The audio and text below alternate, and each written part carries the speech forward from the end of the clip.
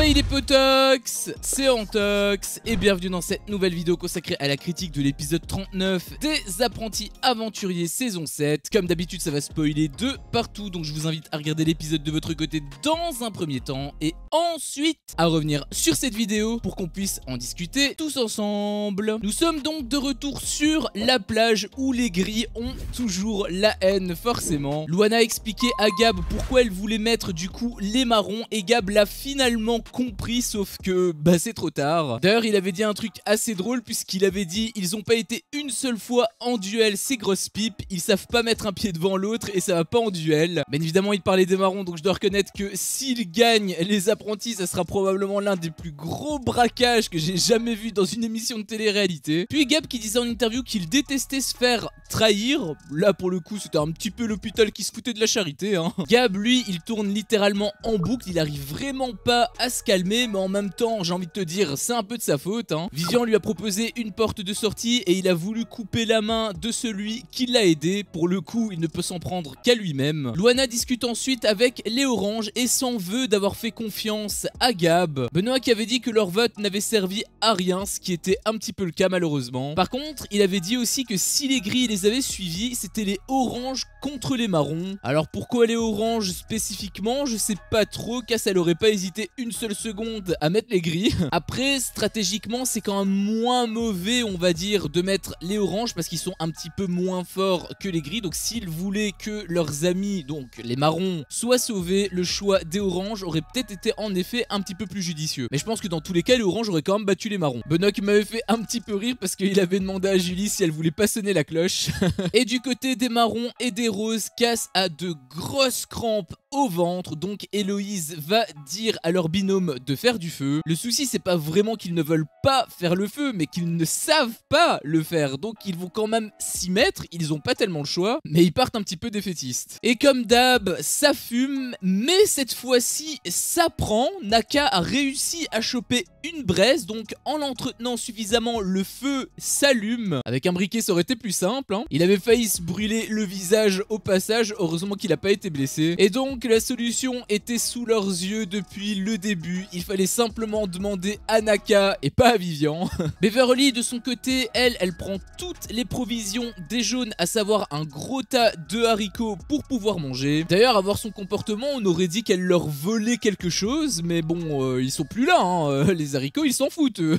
Et puis du côté des gris, Luana propose à Gab de reprendre des forces vu qu'ils ont allumé le feu. Forcément Gab dans sa grande fierté il refuse hein, il ne veut pas toucher à leur feu, une vraie tête de mule. Luana quant à elle, elle veut se montrer plus intelligente en disant que comme les marrons ont trahi Gab et que Naka culpabilise un petit peu, autant en profiter, donc elle va pour prendre les haricots, sauf que bah il y a plus rien puisque Beverly elle est passée avant. Et donc elle le répète à Gab qui pète littéralement un câble. La situation a été assez absurde j'avais trouvé, parce que t'avais Gab donc qui gueulait sur Beverly d'avoir pris les haricots des jaunes sans lui avoir demandé l'autorisation. En quoi il fallait lui demander la permission, je me le demande. D'autant plus qu'il comptait de toute façon partager, donc j'avoue que c'était un petit peu abusé sa réaction, j'avais trouvé. On voit qu'il est dans une spirale négative. Et puis Vivian forcément en voyant ça il se délecte d'aller le provoquer, et comme Gab part facilement au quart de tour, Vivian il est aux anges. Il avait même dit en interview c'est trop facile de rentrer dans sa tête. Ah il est comme Alex hein, il a le sang chaud. Et puis Vivian traçait une ligne au sol en disant là il a la ligne des hommes de Néandertal, donc forcément là il pointait la partie de Gab et ensuite il pointe sa partie et il dit et là des dieux grecs.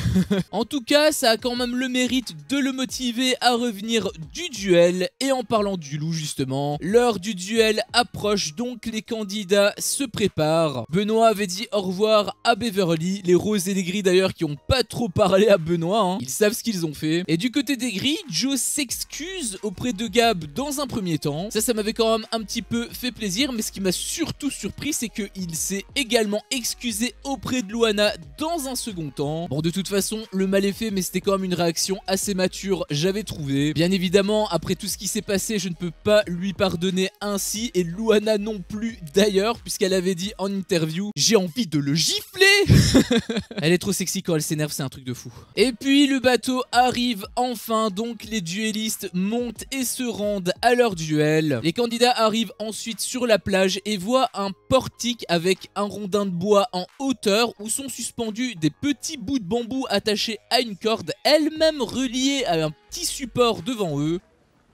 Comment? J'ai rien compris. À côté était disposée une hache et le jeu est donc le suivant. Ça se joue en plusieurs manches. La fille va devoir se mettre en dessous du portique dos au support pendant que l'homme de l'autre équipe coupe les cordes avec la hache. Les filles ne peuvent pas voir où il coupe, c'est que du réflexe. Et le but est simple, les filles doivent récupérer les bouts de bambou tombés avant qu'ils ne touchent le sol. La fille qui a le plus de bouts de bambou fait revenir son équipe sur la plage. Pendant que Laurent expliquait les règles, on voyait Louana qui soupirait un petit peu, hein. Elle était un petit peu stressée, j'ai l'impression. Et donc les candidats se positionnent et le jeu peut enfin commencer. Première manche, Louana loupe le bout de bambou alors que Julie l'attrape. 1-0 pour les oranges. Deuxième manche, c'est un petit peu la même chose qui s'est produit. Louana loupe également et Julie l'attrape aussi, donc 2-0. Après, c'est pas vraiment la faute de Louana, hein, c'est plutôt Benoît qui avait choisi les bouts de bambou aux extrémités, ce qui fait que bien évidemment c'était quasiment impossible pour Louana de les attraper. Benoît qui m'avait fait un petit peu rire en interview car il avait dit: Julie à côté, paf, elle t'enfourre le bambou comme un cocktail en boîte de nuit.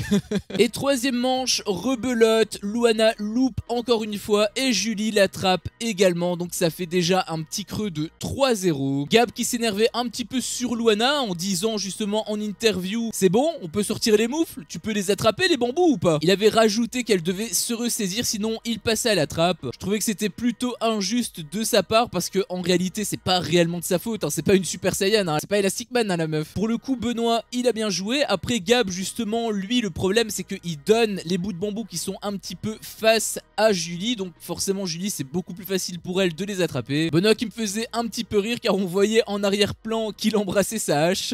Et puis on repart sur la plage. Putain que ça casse les couilles. Et les candidats ont cuisiné et ont pu manger parce que oui, les duellistes ont même pas eu le temps de profiter du feu. D'ailleurs je me demande s'ils ont gardé des haricots parce que t'avais Beverly qui avait dit qu'ils allaient partager, donc forcément avec les gris. Mais du coup s'ils ont mangé, est-ce qu'ils en ont laissé pour les gris? Ça c'est la question que je me pose. Forcément ils parlaient des gris qui devaient avoir la rage pour revenir. En attendant ils sont en train de se faire détruire 3-0. Et pendant que les gris et les oranges sont en duel, les roses, les marrons et les rouges vivent leur meilleure vie. Ils sont en demi avec leurs amis, ils étaient heureux forcément. A noter que les marrons sont en demi sans avoir essuyé un seul duel et sans avoir accessoirement gagné une seule épreuve. Après les marrons ils disent qu'ils n'ont pas de chance. J'aimerais bien avoir de la malchance ainsi. Naka qui m'avait fait aussi un petit peu rire en interview car il avait dit tant mieux parce que toutes les épreuves on les perd, il suffit qu'on aille en duel une fois et c'est fini pour nous, on nous revoit plus. C'est assez probable en effet. Bref, ils passent du bon temps pendant que les oranges et les gris poursuivent leur duel. Et là, Gab a enfin compris. Julie loupe le bambou et Louana l'attrape, donc elle revient un petit peu à 3-1. Forcément Benoît, à force de couper les bambous des extrémités, à un moment donné il revient au centre forcément. Donc c'est là où c'est beaucoup plus facile pour Louana de les attraper. Cinquième manche, 3-2, Julie loupe aussi et Louana l'attrape encore. On sentait justement qu'elle était un petit peu stressée parce qu'elle avait failli le relâcher. Sixième manche, Julie et Louana l'attrapent toutes les deux, donc 4-3. Septième manche, Louana rattrape Julie parce que elle a récupéré le bout de bambou alors que Julie l'a loupé, donc 4 partout. Huitième manche, elle l'attrape toutes les deux, donc 5-5. Et là, Gab a dit un truc extrêmement intéressant, j'avais trouvé, car en effet, Benoît a commis une monstrueuse erreur. Je t'avais dit au début que Benoît était malin parce que justement, il coupait les bambous des extrémités. C'est pour ça que Louana loupait tout. Je pensais même au début qu'il bouffait un petit peu Gab stratégiquement, puisque Gab, lui, il ne donnait que les bambous au début, hein, les bambous au centre, hein, donc c'était quand même assez facile pour Julie. Sauf que c'est pas un sprint, c'est un marathon, et le truc, c'est qu'il y a un total de 15 bambous. C'est là où Gab a fait toute la différence parce que le problème c'est que Benoît lui il a un petit peu mis les mêmes bambous donc des mêmes côtés, hein, des extrémités, sauf que à la fin bah, ils sont tous au centre donc c'est extrêmement simple pour Loana puisqu'il n'y a plus de doute possible, hein, elle se met juste en dessous, elle doit juste les cueillir. Alors que du côté de Julie, Gab a été beaucoup plus malin j'ai trouvé parce que justement il coupait un petit peu à gauche, un petit peu à droite, de telle sorte à répartir, à garder une certaine harmonie dans les bambous et éviter ainsi de toutes les regrouper au même endroit. C'est pour ça d'ailleurs que les grilles ont pu recoller au score, donc c'est quand même une énorme erreur de la part de Benoît, j'avais trouvé. 9e manche, Julie et Loana l'attrapent toutes les deux aussi, donc ça fait 6 partout. En vrai c'est assez serré, c'était plutôt agréable. Sauf qu'en t'expliquant ça, tu te doutes bien qu'il s'est passé quelque chose par après, la tendance s'est inversée. 10e manche, et les grilles passent en tête puisque Julie loupe alors que Loana l'attrape, donc ça fait 7 à 6 pour les grilles. 11e manche, Loana et Julie attrapent leur bambou, donc ça fait 8 à 7. Et là, Benoît se rend compte de son erreur car Loana a ses derniers bambous regroupés au même endroit, juste en dessous de sa tête. Alors que Julie, justement, elle s'est complètement dispatchée. 12e manche, 9 à 8, elle l'attrape toutes les deux. Et pareil pour la 13e manche, donc 10 à 9. Gab a été très fort, j'avais trouvé, car tu avais Julie qui avait ses deux derniers bouts de bambou de chaque extrémité alors que Loana ils sont tous les deux au milieu. Gab disait en interview que Julie était tellement forte qu'elle pourrait quand même tous les attraper et je dois reconnaître que c'est un petit peu vrai, mais même comme ça ils ont une avance, donc si les grilles ne gagnent pas c'est vraiment que Loana a chié dans la colle puisque les deux bambous comme je te l'ai dit sont vraiment au-dessus d'elle, hein. Mais c'était vraiment beaucoup trop difficile pour Julie. Gab a excellemment joué le coup, Julie loupe donc le bambou et Loana l'attrape, donc ça fait 11 à 9. Donc c'est officiellement terminé puisqu'il ne restait plus qu'un seul bambou et même si Julie arrivait à l'attraper et Loana à le rater, eh bien c'était 11 à 10, il ne pouvait malheureusement plus revenir. A noter que sur les 14 bambous qui sont tombés, elles ont quand même récupéré presque la moitié chacune. Franchement, bravo à elles, c'était un très beau duel. Et donc les grilles réintègrent l'aventure et les oranges sont officiellement éliminés. Quelque part, je suis un petit peu content parce que bah, j'aime les grilles. Enfin non, j'aime Loana. J'ai trouvé que c'était quand même assez mérité pour Gab car il n'avait qu'à suivre la stratégie de Vivian au lieu de vouloir le trahir. Après, il se plaint parce qu'il s'est fait trahir avant. Mais d'un autre côté, je suis quand même triste pour les oranges car c'était mon petit rayon de soleil de la plage, je dois le reconnaître. Il me faisait énormément rire. Benoît, je ne le connaissais pas et c'est une très belle découverte pour moi. Ils vont beaucoup me manquer et j'espère que je les reverrai bientôt sur une autre télé-réalité. J'espère également que les gris vont tout casser à leur retour car déjà, j'aimerais que les marrons dégagent, hein. Pour moi ce sont les plus nuls donc je veux vraiment pas qu'ils gagnent l'aventure. Et puis j'aimerais qu'ils soient suivis par les roses car ils ont déjà été repêchés, ils ont déjà eu une chance, ils ont même quelque part un petit avantage par rapport aux autres. Leur place ils la doivent uniquement grâce aux violets et pas grâce à leur performance. Après il faut reconnaître qu'ils sont quand même plus forts que les marrons, donc quelque part ils sont peut-être un petit peu plus légitimes. Imagine un petit peu cette finale où tu as les rouges, les roses et les gris qui s'affrontent tous ensemble, ce serait quelque part un petit peu poétique. Mais en tout cas c'est clair que moi j'aimerais bien que ce soit soit les rouges soit les gris qui gagnent. Et donc bien évidemment vient le débrief, les gris et les oranges qui se font un câlin, ça m'avait quand même énormément fait plaisir. Ils se sont dit des mots gentils, c'était de très belles découvertes des deux côtés. Benoît qui était content de pouvoir enfin manger, faut voir le côté positif. Loana quant à elle, elle a vraiment l'agnac, elle disait en interview on va tous les sortir un par un, s'il te plaît oui. Et les gris repartent sur la plage pendant que les oranges rendent leurs perles. Laurent qui a eu des mots très forts pour les oranges car il a dit qu'ils ont donné la plus belle chose qu'ils peuvent donner. Ce n'est pas de la nourriture, ce n'est pas des perles, ça n'a rien à voir avec la richesse. La plus belle chose qu'on peut donner dans des moments ainsi en plus, c'est de la joie et la bonne humeur et Benoît l'a admirablement bien fait. Les mots de Laurent m'ont beaucoup touché et même Benoît aussi était ému. Il m'a même fait chialer le con. Par contre, Benoît disait en interview qu'il n'était pas les plus stratèges, bon ça sans doute, mais il est quand même beaucoup plus malin qu'il le prétend. Laurent dit qu'ils étaient l'une des plus belles équipes qu'il ait rencontrées dans cette émission et je dois reconnaître que je suis assez d'accord avec lui. Même Julie, elle avait les larmes aux yeux. Bref, c'était un moment très mouillé et les oranges quittent enfin l'aventure, donc c'est terminé pour eux. Et sur la plage, forcément en voyant le bateau où tu n'as aucune couleur orange dessus, ils sont bien évidemment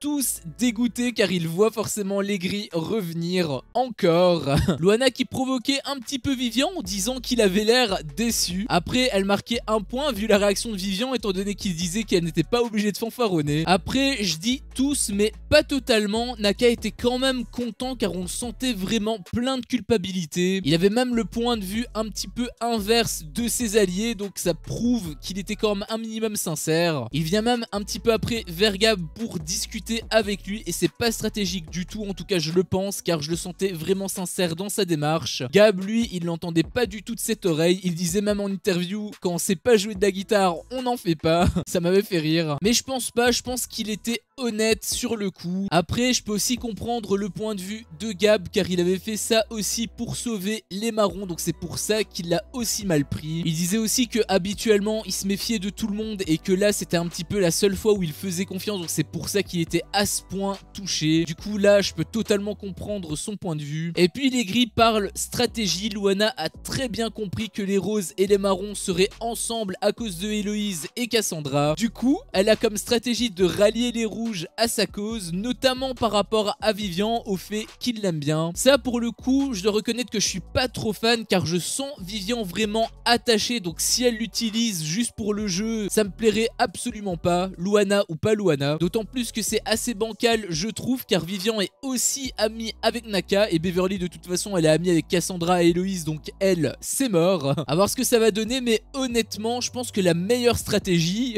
c'est de gagner la protection de Laurent. Gab qui m'avait fait un petit peu rire car par après t'avais Loana qui disait qu'elle allait mettre sa fierté de côté et elle allait limite s'excuser, et ensuite elle avait dit à Gab qu'il devrait faire pareil et lui il lui a répondu ouais je te bip pour te donner une réponse hein. Fier comme il est forcément ça ne m'étonne pas, donc ça ne se fera jamais et surtout avec Vivian. Et donc elle applique son plan sur le champ, elle prend à part Vivian et s'excuse. Ils discutent aussi de ce qui s'est passé, Vivian demandait pourquoi Gab lui en voulait à ce point. Loana d'ailleurs a apporté un élément de réponse puisqu'elle avait dit que c'était parce que Vivian était un enquiquineur. Bon là pour le coup c'est pas forcément faux. Et puis Loana a peut-être fait une bourde dans son plan car elle a dit à Vivian ici les roses et les marrons ils sont comme ça, donc si tu nous soutiens pas, forcément en disant ça ça ouvre un petit peu la porte à toutes les fenêtres, sauf que Vivian il est pas stupide hein, il a du coup un petit peu compris que c'était aussi par stratégie, en tout cas ça l'a mis la puce à l'oreille. Bref je partage pas du tout la méthodologie de Loana, je n'aime pas jouer avec les sentiments des gens, mais je peux quand même comprendre son point de vue puisqu'elle s'est faite niquer par Joe dans les deux sens. Donc elle a qu'une seule envie, c'est d'avoir sa vengeance et ça malheureusement on peut pas lui enlever. Après je dis ça comme ça mais Vivian il y est pour rien dans ces histoires de cœur. Bref de toute façon elle est grande, elle fait ce qu'elle veut, mais j'espère vraiment qu'elle ne fera pas de mal à Vivian parce que là je serais vraiment pas content. Et l'épisode se conclut sur Loana qui dit en interview à partir de maintenant c'est Bibi qui gère les stratégies et il y a personne qui m'arrêtera. Je sais pas si tu te souviens mais je t'avais dit au début d'émission qu'elle était extrêmement intelligente et dans ce genre d'aventure justement les gens intelligents sont redoutables. J'ai senti un énorme potentiel en elle, mais on sentait qu'elle était vraiment à fond dans le côté amour, dans le côté sentimental. Et Joe en agissant ainsi il a peut-être réveillé un monstre. Très honnêtement je pense que c'est maintenant que le jeu va pouvoir réellement commencer. Bref c'était mon avis sur cet épisode, un épisode qui était plus ou moins mou au début dans le sens où le soufflet est un petit peu retombé, Gab s'est un petit peu calmé, il y avait plus trop d'embrouilles. Par contre le duel est quand même arrivé assez vite, c'était extrêmement intéressant et même j'ai envie de dire passionnant de suivre ce duel. On a eu une petite pause de l'autre côté qui était pas trop intéressante, mais malheureusement ça c'est un petit peu une technique de montage. Mais sinon le duel était passionnant et on sent vraiment les grilles remonter à bloc. Je suis extrêmement hypé pour la suite de l'aventure. Sur ce, cette vidéo s'achève ici. Si mon contenu te plaît, fais-le moi savoir en me laissant un énorme pouce bleu. À chaque fois que je vois ça, je vois que mon contenu plaît et donc moi ça me motive à continuer. Si t'es pas encore un peu tox, qu'est-ce que tu attends pour me défoncer ce gros bouton rouge? N'hésite pas à activer la cloche pour ne rien louper et je te dis à la prochaine pour une prochaine vidéo. Ciao.